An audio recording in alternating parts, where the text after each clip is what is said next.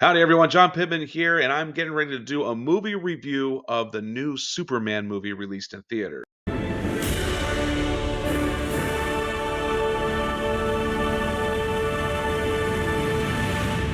bought my ticket today, and I'm going to be seeing the movie tomorrow. So I'll be doing the review tomorrow, but I wanted to do something different today.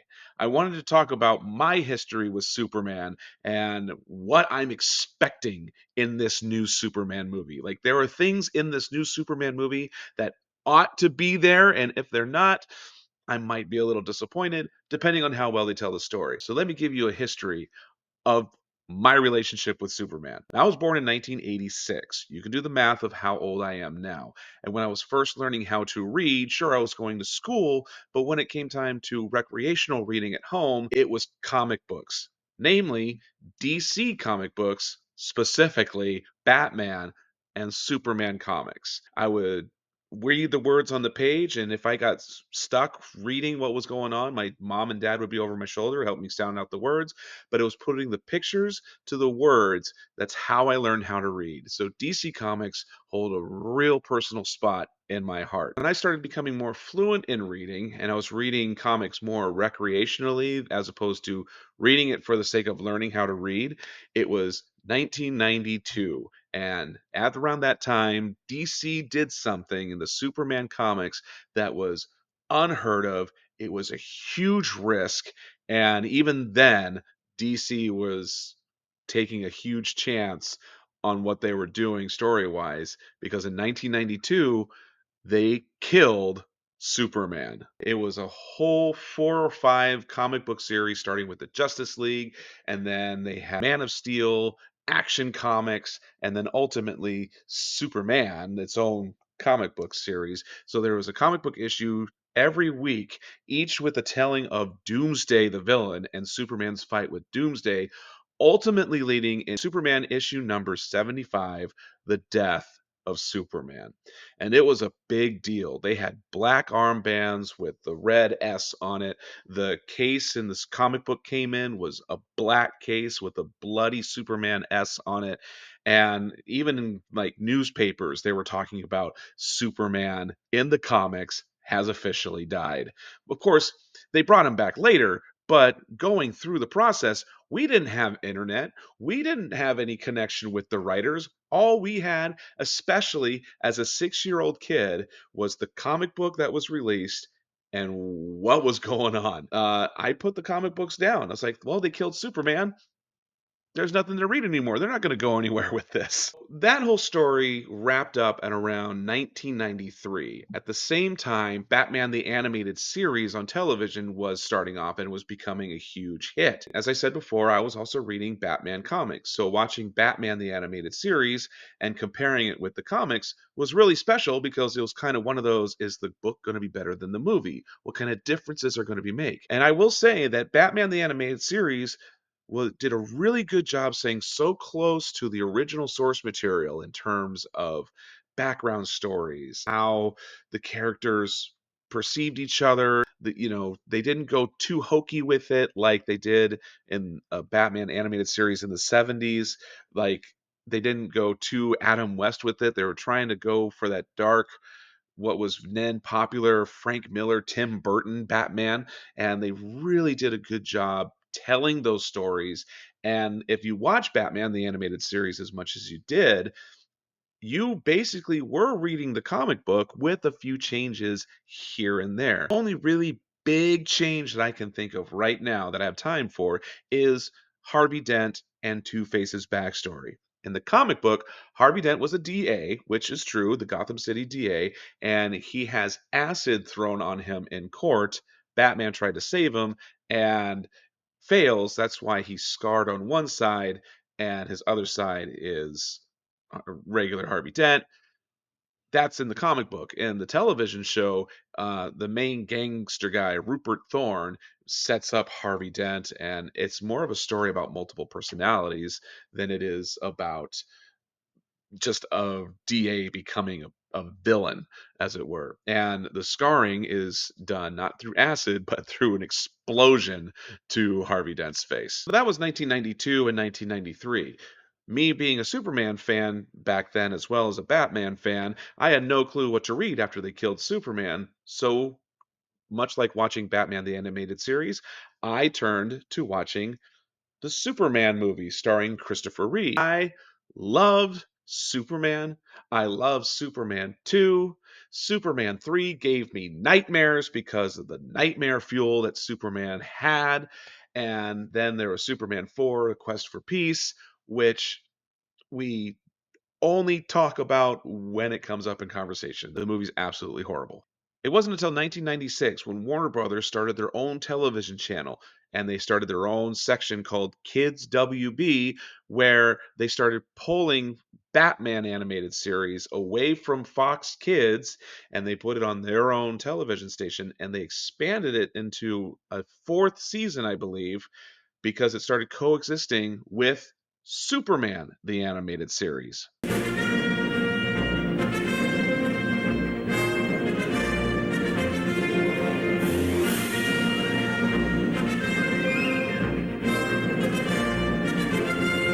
Now, Superman the Animated Series was one of the launching programs of Kids WB, and with the same team that worked on Batman the Animated Series, it was the same thing. The lore, the characters, the background stories of Superman were so closely related to the comic book that if you watched the animated series, you got a sense of what the comic book was like. Again, with some tweaks of characters and one major background story change, it was very similar to the comic books. What I mean by tweaks is that the Toy Man does not look like the Toy Man in the animated series with the frozen plastic face. He's actually kind of a creeper in the comic books, but you can't really sell that in a kids show. And the main story change that I talked about Harvey Dent with Batman the Animated Series, the main story change in Superman is the villain Brainiac.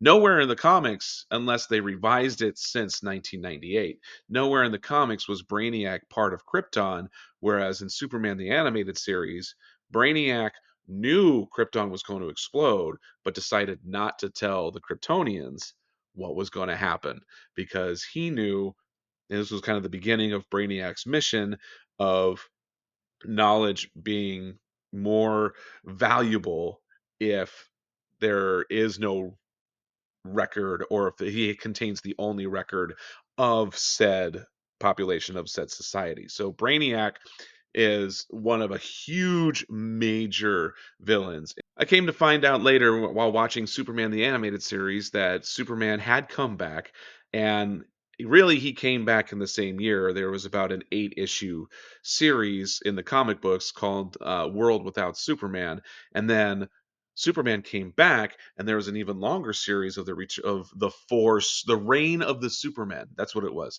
You had the Cyborg, you had the Eradicator, you had Superboy, and you had Man of Steel. And everyone's question was which one was the real Superman? Was it the Cyborg? Some people rooted for Superboy.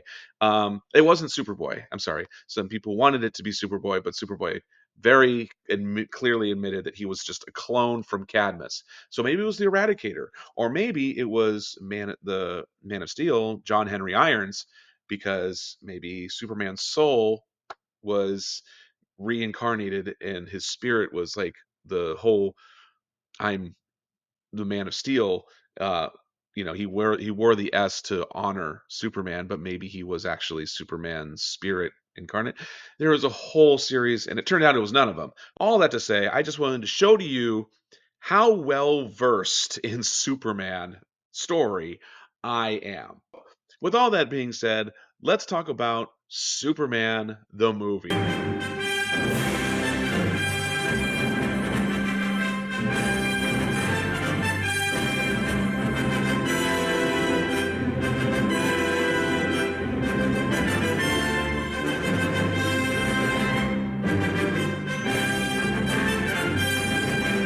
I want to talk about Christopher Reeve's Superman in 1978. Now, it goes without saying that Superman has a personality that is kind of cheesy, as it were. I am fighting for truth, justice, and the American way.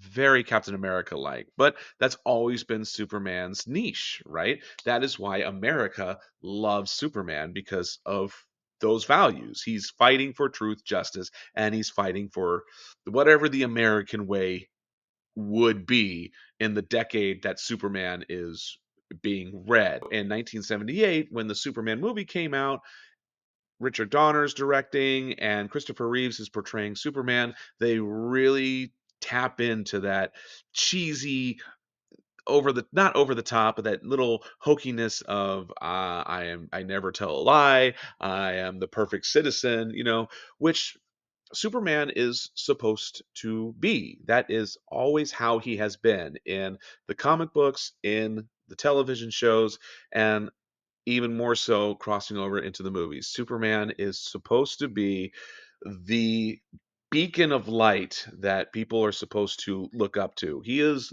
the role model. This is what separates him from Batman, right? Batman is all about justice, but Batman sees corruption everywhere and he's fighting the injustice in that corruption.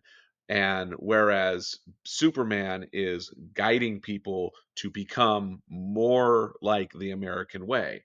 That I mean, that's where Superman and Batman clash all the time. Batman, and if you read The Dark Knight Returns, that is exactly the whole point. Superman needs to stop Batman from forming this underground vigilante system because it's fighting against what the American way stands for, and Superman and Batman ultimately fight over that instance. Now, this isn't a topic of who's better, Batman and Superman. It's just those are the two key points of what separates Batman from Superman. So, where Batman can be quiet and reserved, Superman can come with some cheesy puns. He can be like, "Officer, arrest that man," kind of thing. And Christopher Reeves does an excellent job of portraying that hero. At the same time, we need to consider Superman's secret identity, Clark Kent. As a kid, you want to see Superman, right? You don't really care for Clark Kent. As a kid, you want to see big, flashy superhero stuff happening. But the older I got, the more I got to appreciate Christopher Reeve's performance as Clark Kent. You couldn't tell if that Christopher Reeve's Clark Kent was around, you would not be able to tell that that was Superman. He does those two personalities extremely well. And it's not like, again, comparing Superman to Batman, which I'm going to do a lot because I grew up on both those comics. Batman is the person Bruce Wayne has become. Batman's just a simple Rachel. No, this is your mask. Your real face is the one that criminals now fear. And the whole vengeance is what Bruce Wayne is all about. And Bruce Wayne can only do that as Batman, right? Superman, he needs a way to hide his powers. He needs a way to not constantly be in the eye of the public. And he is big and he's flashy. He's the only person on Earth at this time that can fly, so people will know who he is. So he comes up with Clark Kent kind of being this very reserved, his buttoned all the way up tie, his kind of stiff, and he kind of stammers when he talks, and he's got the glasses, and well, gosh, Lois, I mean, I say that's totally swell. That he's a very different person than Superman. Superman is, he speaks with his chest. His voice is kind of deeper. He's more confident with how he stands. And Christopher Reeves does such a good job pulling that off. Where we'll talk about Man of Steel later, where Henry Cavill, he just puts on the glasses and no one thinks twice that Clark Kent is Superman, because why would they? Superman is barely seen because he's in, out, he saves people, and he's just, people are so, oh, it's Superman. They're so wound up in the whole myth and the perfect being that's in front of them that they don't even think twice that he's just this mild mannered news reporter. Clark Kent. It makes sense to me. And it helps in Man of Steel that Lois Lane already knows Clark Kent's secret identity. I think that helps with the story because no way Superman is constantly saving Lois all the time and Lois doesn't know that, oh, Clark Kent and Superman are the same person. Even in the comics, when I was first reading the comic books, Lois Lane knew who Superman was. This is something I've always grown up with. So, in fact, I think they were engaged to be married at the time I was reading the comics back in the 90s. So, the main problem I'm having with the four Superman movies is a couple things. First of all, the first Superman movie I absolutely loved. I don't think you needed to throw in a big super villain to challenge Superman. I think Lex Luthor is the perfect villain for Superman in that movie. There are a couple things about Lex Luthor that I don't like about that movie, which leads into my problem. Gene Hackman does a great job playing Lex Luthor. What the role he was given, the script he got, and how he portrayed it, great Lex Luthor. However, I'm not a fan of Lex Luthor proclaiming to be the greatest criminal mind of our time. The history of Lex Luthor, he started off as a mad scientist, and then he kind of delved into that criminal mind area. But ultimately, Lex Luthor is a businessman. Ultimately, Lex Luthor is the most powerful, richest man in Metropolis. And he's threatened by Superman and Superman's power, which is the whole reason why there's a rivalry there. Lex Luthor needs to be the man in charge. It's his name that's across everything in Metropolis. This is something that is picked up really well in the animated series. Lex Luthor, voiced by Clancy Brown, and he's just this brilliant businessman that's the man in charge, and he hates Superman because he knows that Superman is more powerful than he is. You see, Superman, I own Metropolis. My technology built it, my will keeps it going, and nearly 2/3 of its people work for me whether they know it or not. Even you have to admit it's a model of efficiency. And yet, I've often thought, why limit myself to just one city? A being with your abilities could be very useful to me on a, shall we say, global scale. Why don't you float on in and we'll discuss it? Say something!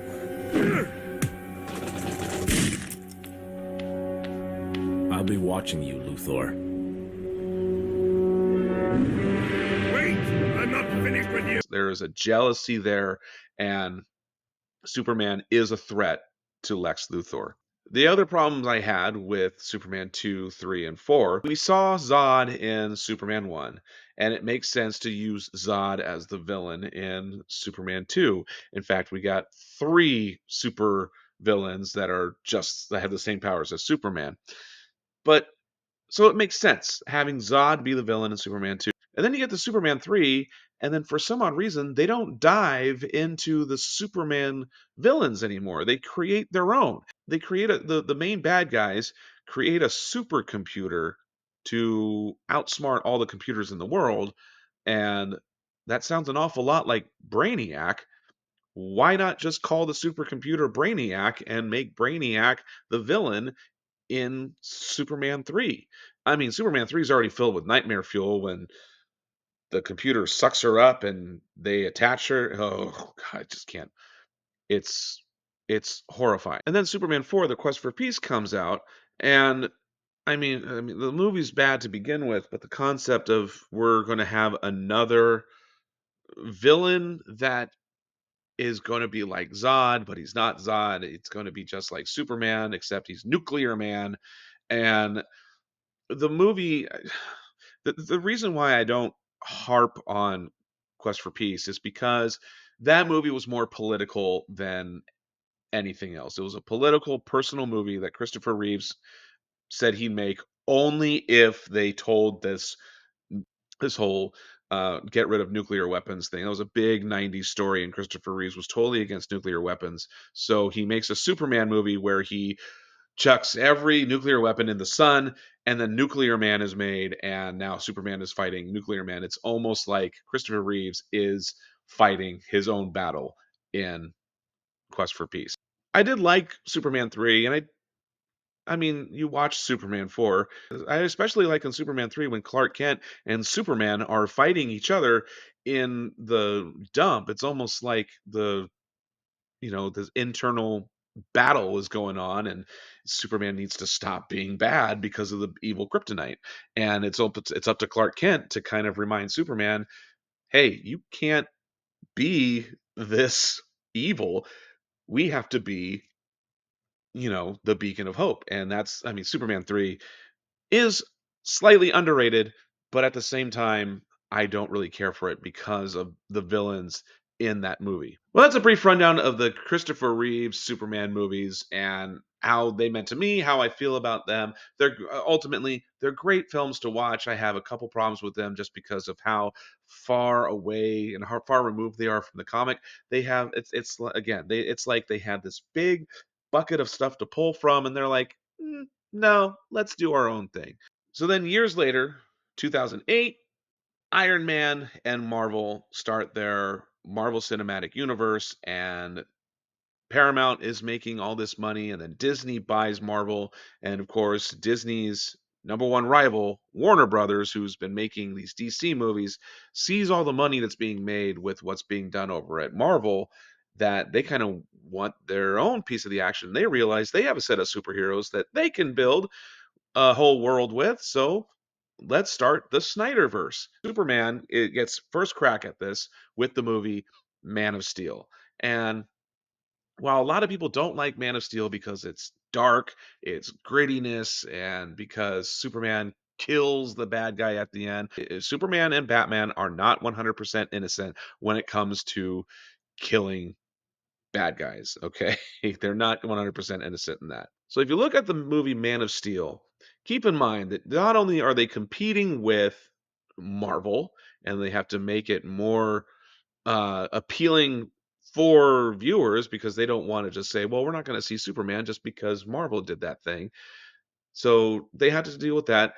And they're also coming off the Christopher Nolan Batman. So it has to kind of match that tone because Dark Knight was super successful. Christopher Nolan's Dark Knight trilogy did wonders for Batman, almost in the same way that Tim Burton's Batman brought Batman out of this very comical and flashy universe and made it dark, which is where Batman's supposed to be. And then Christopher Nolan, he took that and told a great trilogy with that concept in mind. He kept it dark, but he didn't keep it too dark where you couldn't see anything. He just told three great Batman stories. Superman, again, is the opposite of Batman because that was forgotten. Man of Steel was a little darker. It was supposed to be, I guess, more relatable with the audience. And instead of Superman fighting for truth, justice, and the American way, now Superman has to deal with his own powers and his own godhood, and he has to hold back and keep it to himself when that goes against the comics and it goes against Superman almost in every aspect. Superman wants to put himself out there. He wants to be on the front lines. He wants to be the beacon of hope, the flashy follow me, I will save you kind of person, and not this the world's not ready for me yet. But admittedly, Zack Snyder said that's kind of what he was going for. He wanted things to be different. So you're not getting the same movie over and over again. So just with a lot of pressure from the audiences expecting Man of Steel to be like Marvel, and Man of Steel kind of jump-starting this Justice League end game, but also they has to kind of ride that wave of the Dark Knight success and kind of keep that momentum going of this. Maybe it was the dark and grittiness that made Dark Knight so successful. So we'll apply that to Superman and Man of Steel. And that's not quite what is happening here. So I understand why people didn't like Man of Steel because of those reasons. I personally enjoyed Man of Steel just because I love Superman stories and the fact that this one was different than what we've been getting before. In fact, in Superman 2, we kind of touch on the whole Superman doesn't want his powers anymore because he wants to be with Lois. He wants to live a regular life. Whereas in Man of Steel, he has all these powers and he needs to live a regular life because the world's not ready for that much super powerness.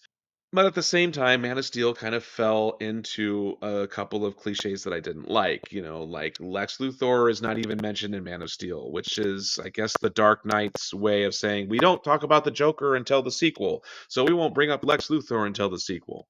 And then there is General Zod. And again, Zod is an okay villain, but Superman has so many other villains in his gallery. You could have told a totally different story. You didn't necessarily have to be Zod. You could have told a Toy Man villain. You could have had maybe Parasite.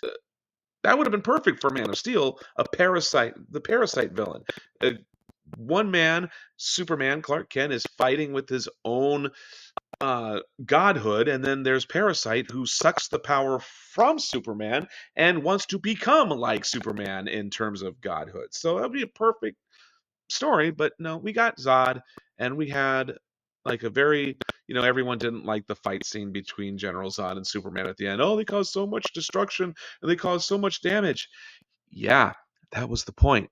Hence why in the sequel, Batman versus Superman, Batman saw this and said he must be stopped. The whole point of the fight between Zod and Superman not only did it lead to a great climax of a fight and between Superman and Zod, but it also left room for the sequel to happen of Superman is here and now his fights are causing all this damage. It's almost as if it proves Superman right in thinking the world's not ready for this much power, and look at all the destruction that has happened, that has come with me admitting that I am from a different world, that I have these superpowers. I mean, Man of Steel, I think, upon reflecting on the movie and thinking about it and actually analyzing what stories being told, people kind of miss the point, I think. And they just want flashy Superman. They want Christopher Reeves is what they want. They like Christopher Reeves and they just want that.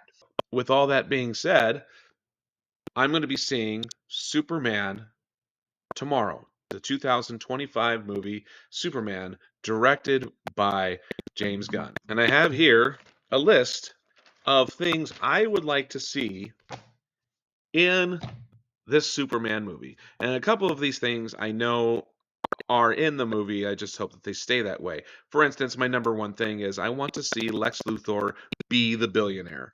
Like Superman the animated series, like in the comic book, when I was reading the comics in the 90s, I want Lex Luthor to be just, and even just like Jesse Eisenberg, I want Lex Luthor to be the billionaire, not a scientist, not the greatest criminal mind in our history or in our time. I want Lex Luthor to be the man in charge. Number two, I want Jonathan Kent to stay alive.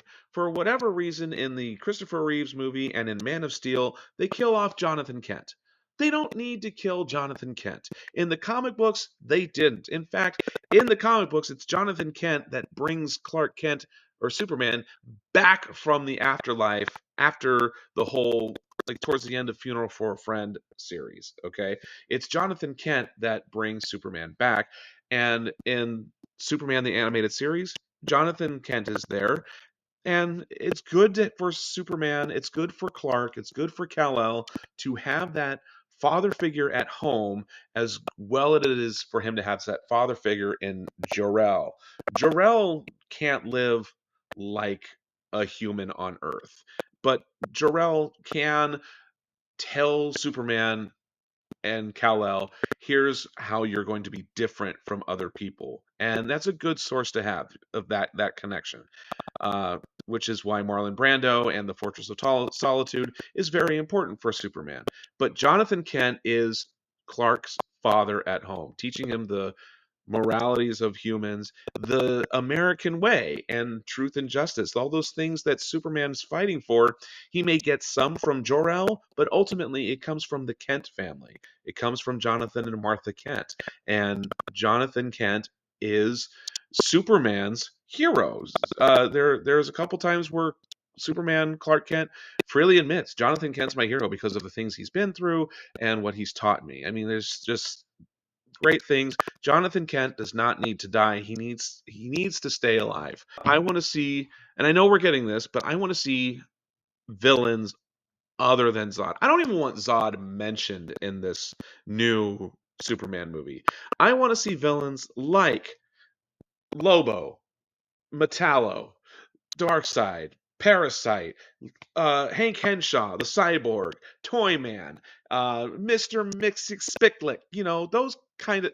I want to see more villains come out of a movie than just General Zod and Lex Luthor because we've seen those twice already. We don't need to see them again. And in fact, when we saw Zod and Man of Steel, that was one time too many. I mean, I enjoy the fight between Superman and Zod, but at the same time, come on, Zod is done. Okay, we don't need General Zod anymore.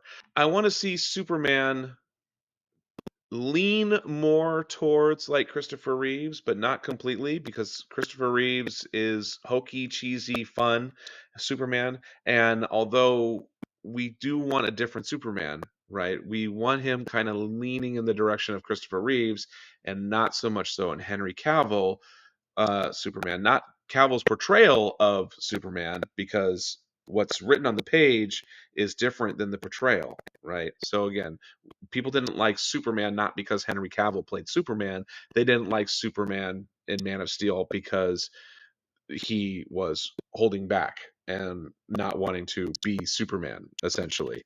So we want Superman to be Superman. We want him to want to be Hope. And at the same time, we also want him to be a little cheesy, you know, come up with not so much puns, but, you know, I hear a kid crying in the distance. Up, up and away, you know, stuff like that. I mean, that's veering more towards Max Fleischer of this looks like a job for Superman, you know. It's those little things that this make Superman who he is. There's a sense of enjoyment of being able to help and having the power to help. And I will never forget reading the final, well, not the final because they kind of carried it over, but essentially the final panel of the Return of Superman after the death of Superman happens and the reign of Superman. At the very end of that suit, there's a Clark Kent is back and Superman's flying, and he just talks about how much he has missed flying. He's missed being alive, and flying is one of his favorite things that he likes to do. So there's a sense of enjoyment, there's a sense of cheesiness, there's a sense of cheekiness, there's a sense of, yeah, there's the American way. And what does that look like? Well, because we're trying to be the Americans, we are somewhat the best. There's a little arrogance, there has to be, but it's playful arrogance, and it makes Superman who he is. And lastly, the one thing I want to see is I know that they're setting up for sequels, and I know they're setting up for maybe possible another Justice League down the road, but this is a Superman movie, and I want the focus to be on Superman. And it's great that they're throwing in crypto. I mean, that's fun, but the movie shouldn't be about crypto. We want to see crypto, don't get me wrong. But the movie needs to be about Superman. And again, we've already seen Superman be Superman in the Christopher Reeves movie, and we got the polar opposite of Superman holding back in Man of Steel. So now what's Superman going to do in this one? Is he going to just continue to be uh, saving people? I think in the trailer we saw Superman kind of get in trouble for interfering with political stuff, and we need to see that needs to happen so Superman can learn to work with the president and work with the government. So, I mean, that's kind of that's where I would like to see a blend. I need Superman to want to work with the government, even though we're kind of living in a time where people don't at all politically agree with what is happening with each other. So, um, yeah. So all that being said, I am looking forward to Superman tomorrow, and we'll see how Superman goes, and hopefully it won't disappoint. All right, I am currently driving to the movie theater to go see Superman. I decided to spend the extra 12 bucks and get IMAX tickets for Superman. So we'll see if the movie holds up to my expectations that I already told you about. All right, people, I have arrived at the theater, Regal Cinema, and I've laid the groundwork. I've laid what I'm expecting. So I'm going into the movie with expectations, which could hinder how much I enjoy the movie. But I've already told you how much Superman means to me and what I expect to see out of a Superman movie. So let's go. Superman IMAX. And I should tell you before I go into the theater, I am wearing a Batman shirt. I mean, as much as respect I have for Superman, my hypocrisy only goes so far. I am a Batman fan above all. So the movie has been seen. I am now driving home.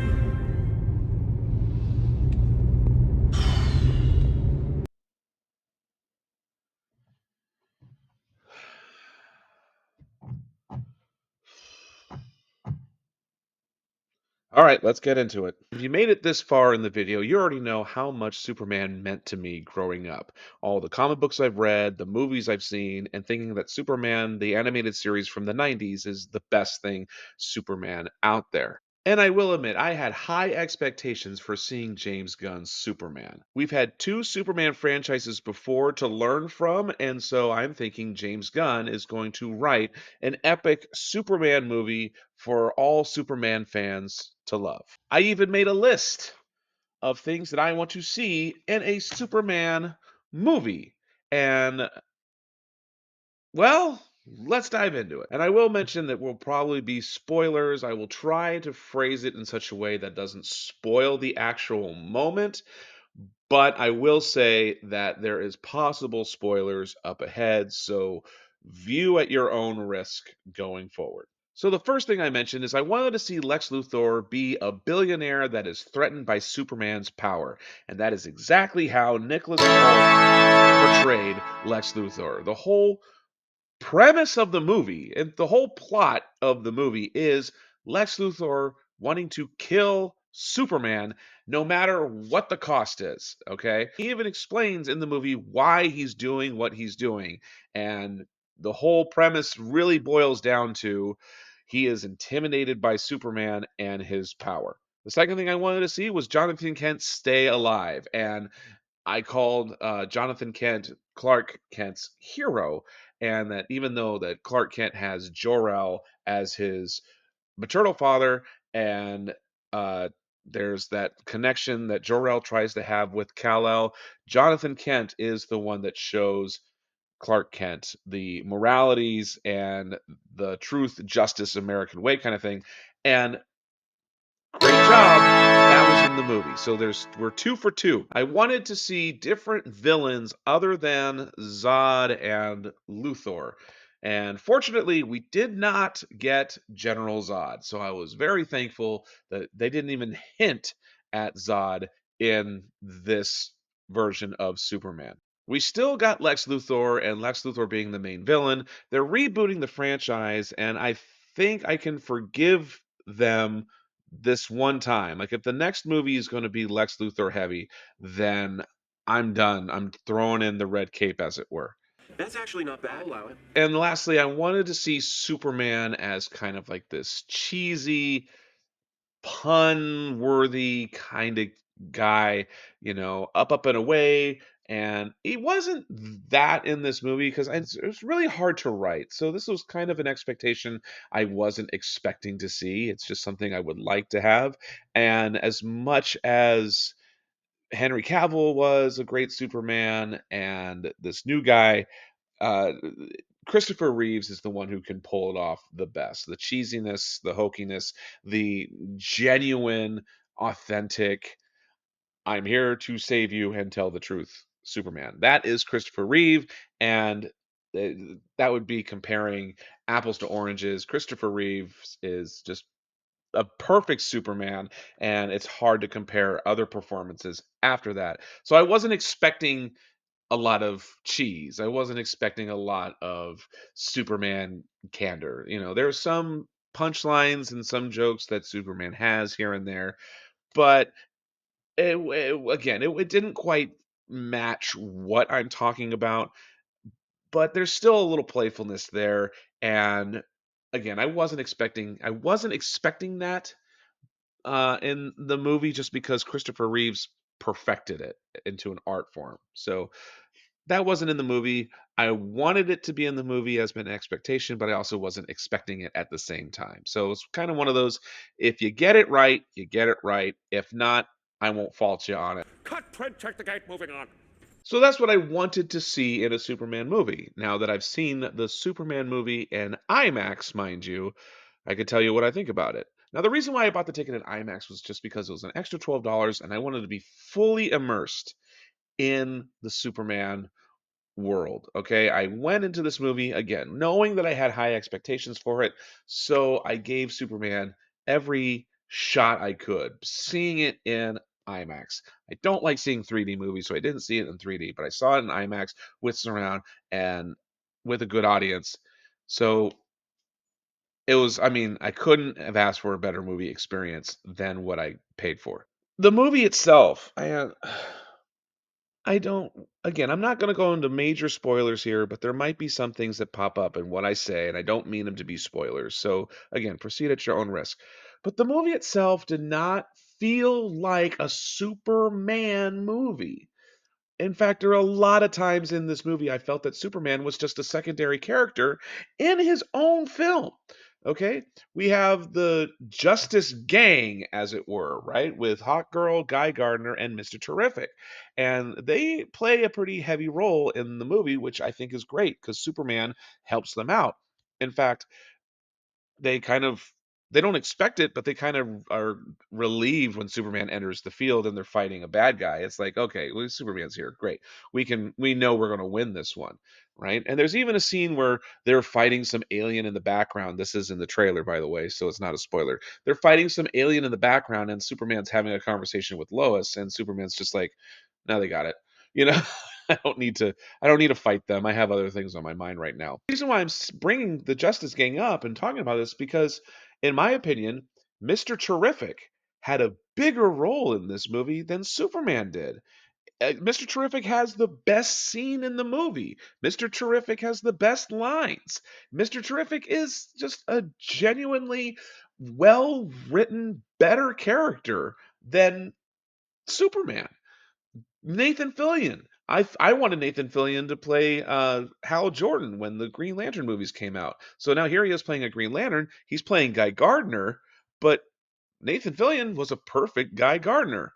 And Hot Girl, we need to see more of Hot Girl in order for me to form an opinion. I think that she was just there to kind of add a third to the Justice Gang, and you can't pull from well-known franchise-based characters. So like you can have Mr. Terrific, Guy Gardner, but you can't have Batman, you can't have Flash, you can't have Wonder Woman, you can't have Cyborg, you can't have Aquaman. Movies that can have their own established franchise. Um, Maybe you could have Booster Gold. I don't know. Just Hot Girl seemed very replaceable, whereas Mr. Terrific played a pivotal part in the movie and gets his own action sequence. And just to me, the movie's secondary characters overshadowed the main guy, Superman. And now that brings up the other secondary plot point is Crypto. He's out there to save his dog, Crypto. I mean, there's no major threat really happening save for Lex Luthor trying to gun down Superman. That's it. In the Christopher Reeves first Superman movie, you got Lex Luthor that is trying to cause a major earthquake so he can build his own empire on the West Coast.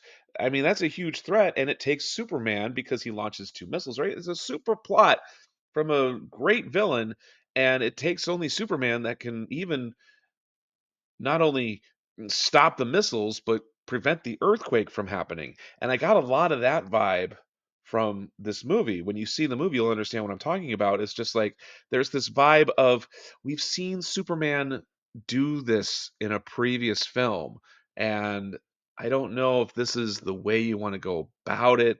I mean, whatever. In the second movie, you got the three supervillains, and then and Man of Steel, you have and Superman 2, you have Zod and the big fight between them. There wasn't really a whole lot going on for Superman to deal with. In Man of Steel, he's dealing with his own godhood on planet Earth. In Superman, this new version, he's fighting something like his reputation needs to be credited more so than his own internal struggle, right? And I don't know if that is a fix to Man of Steel or not, but all I know is that there didn't seem to me a whole lot of danger happening to the world, mind you, in Superman. It just seemed like a personal vendetta between Lex Luthor has with Superman, and that's it. Everything else was just social media garbage, and Superman just being a little pansy and not having to take it, or having some complaint that, oh, they're calling me super and explicit.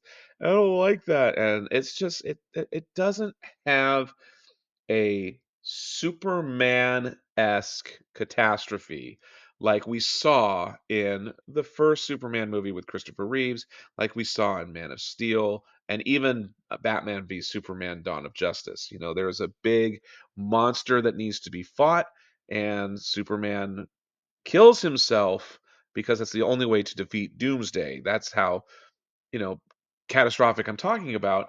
And that just wasn't there in James Gunn's Superman. I mentioned before the villains, and, we have Lex Luthor, and they were this close to having another villain in there that would have been perfect, but they either chose not to mention the name, but they were so close to having a villain from Superman's rogue gallery of, like, not Parasite, not Metallo. They were this close for Bizarro. I mean, Lex Luthor's already ruining Superman's reputation through the internet and through social media, and there's a very clear switch on how the world views Superman, or at least how Metropolis views Superman. And they brought in this character, Ultraman, and it was so close to being Bizarro. And I'm not going to spoil it for you, but when you see the movie, you'll understand more on how close I'm talking about when I say this close. Like, there's Ultraman who is being guided by Lex Luthor, and Lex Luthor is giving the commands to Ultraman on what fight moves to use next against Superman. And Ultraman does a good job holding his own. Again, but they were just so close, and they didn't go down the road, and it would have been great for a Superman to have a different villain other than Lex Luthor and Zod. Bizarro would have been a perfect villain for the story that is being told in the Superman movie. I didn't hate this movie, and I'm even going to give this movie the benefit of the doubt because I went in seeing this movie with very high expectations. But at the same time, I walked out of the theater going, there's more than my expectations that was bringing me down. And another thing too is I don't understand why all these people on TikTok and all these film critics are saying that this is the best Superman ever. This is the best James Gunn movie ever. It's it's not. Okay, I will flat out say it is not. Guardians of the Galaxy was way better James Gunn film than Superman. Man of Steel was a way better Superman movie than this James Gunn Superman. Because, and the biggest problem, I'll repeat myself, the biggest problem is Superman in his own movie is a secondary character. and he is, sure, the hero, kind of. But if you want to know who the true hero is, it's Mr. Terrific. It's the Justice Gang. It's Crypto. It's Lois and the Daily Planet staff. There is Superman is there to literally be the punching bag for the villain, but the overall plot of the movie is stopped not by Superman. And all the problems that are happening in the Superman movie, if Superman literally gave up and walked away, Lex Luthor, not only would he have won, but like nothing was at stake for the world. They Daily Planet people are the one that figure out Lex Luthor's backup plan or his overall scheme. But there's nothing at stake for Superman. He could easily just walk away. And he chooses not to, which is a credit to Superman's character and who he is. But that's not James Gunn only, right? That's just who Superman is. You could pick up any Superman story and pull the ability to not give up and not walk away. That story's been told time and time again. In Superman 2 with Christopher Reeves, he actually follows through and gives up being Superman only to find that he has to come back to it. So, being very relentless in wanting to solve the world's problems is a trademark characteristic of Superman, and it's not unique to this new James Gunn Superman story. It's great storytelling to see, and I'm very glad that Jonathan Kent has his moment. But again, this movie was not as good as the critics are saying it is. And it's really bumming me out too, because I know that this is what WB or Warner Brothers wants to do to kind of project the next superhero films going forward. And Superman was not a good start. If they would have just made a Justice Gang movie or a Justice Gang television series, then you would have had a better movie, but or a better show. The Superman was not a good start to what is happening next. The movie itself, as from beginning to end, if I didn't have these expectations, I guess you could say it's not Superman Quest for Peace bad. That is just a horrible movie. So I'm not going to say that James Gunn's Superman was garbage. I'm just saying that there was a whole lot more that could have happened, should have happened, and just it needed more out of Superman himself. It needed more super things to happen. It needed to have stakes raised. It needed to have Superman not just be a secondary character. We needed to see Superman be a hero. And I mean, if the movie didn't have Mr. Terrific, and if the movie didn't have Crypto, then there would be no movie. There would be zero interest in the film. Yeah, I know I'm making a lot of people mad with my review, but Man of Steel is a better movie than James Gunn's Superman. I said it, and I'm not taking it back.